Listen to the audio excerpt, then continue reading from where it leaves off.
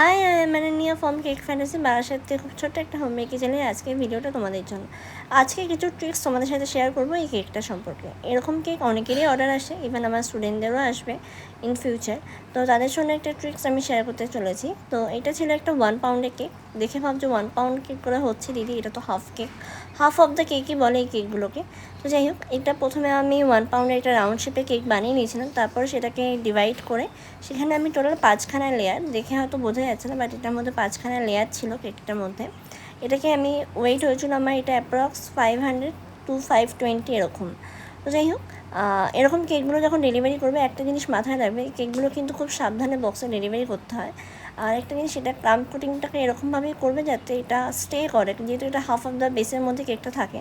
তো এটা অনেকটা টাইমই, যদি বেশিক্ষণ এই ওয়েদারে থাকে তাহলে কিন্তু এটা পুড়ে দেওয়ার চান্স থাকে। তো এটা ডেকোরেশনটা করতে আমার অনেকটাই টাইম লেগেছিলো। আর কাস্টমার যিনি ছিলেন তিনি আমাকে আগের দিন রাতে কনফার্ম করে যে নেক্সট ডে তারিখে একটা লাগবে।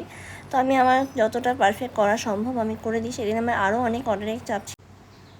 এই অর্ডারের কেকটা আমার অনেক দিন আগে ছিল, বাট আমার ভিডিওটা পোস্ট করা হয়নি। কাস্টমারটি অর্ডার মানে কেকটা খুবই ডেকোরেশন অ্যান্ড টেস্ট খুবই পছন্দ হয়, এবং আমারও এটা অনেক দিন পর আমি বানিয়েছি। আগে আমি 1-2বার এটা বানিয়েছি। তো যাই হোক, আমি আমার এই স্টুডেন্টদের ট্রিক্স সাথে শেয়ার করলাম। তোমাদের কেমন লাগলো অবশ্যই কিন্তু কমেন্ট করে জানিও। আর কেকটা বেশি কাজ ছিল না, এটা 1 MD জাস্ট একটা ক্রিম দিয়ে সার্কেল করে দিয়েছিলাম, যেটা যতটা করা সম্ভব আমি আমার দিক থেকে করে দিয়েছিলাম। যেহেতু আমি বলি সবসময় কেকের অর্ডার 1 দিন কি 2 দিন আগে দিতে, তাহলে সুবিধা হয় বানাতে। তো যাই হোক, এটা কেকটা কেমন হয়েছে অবশ্যই জানিও। দেখা হচ্ছে আমাকে নেক্সট ভিডিওতে।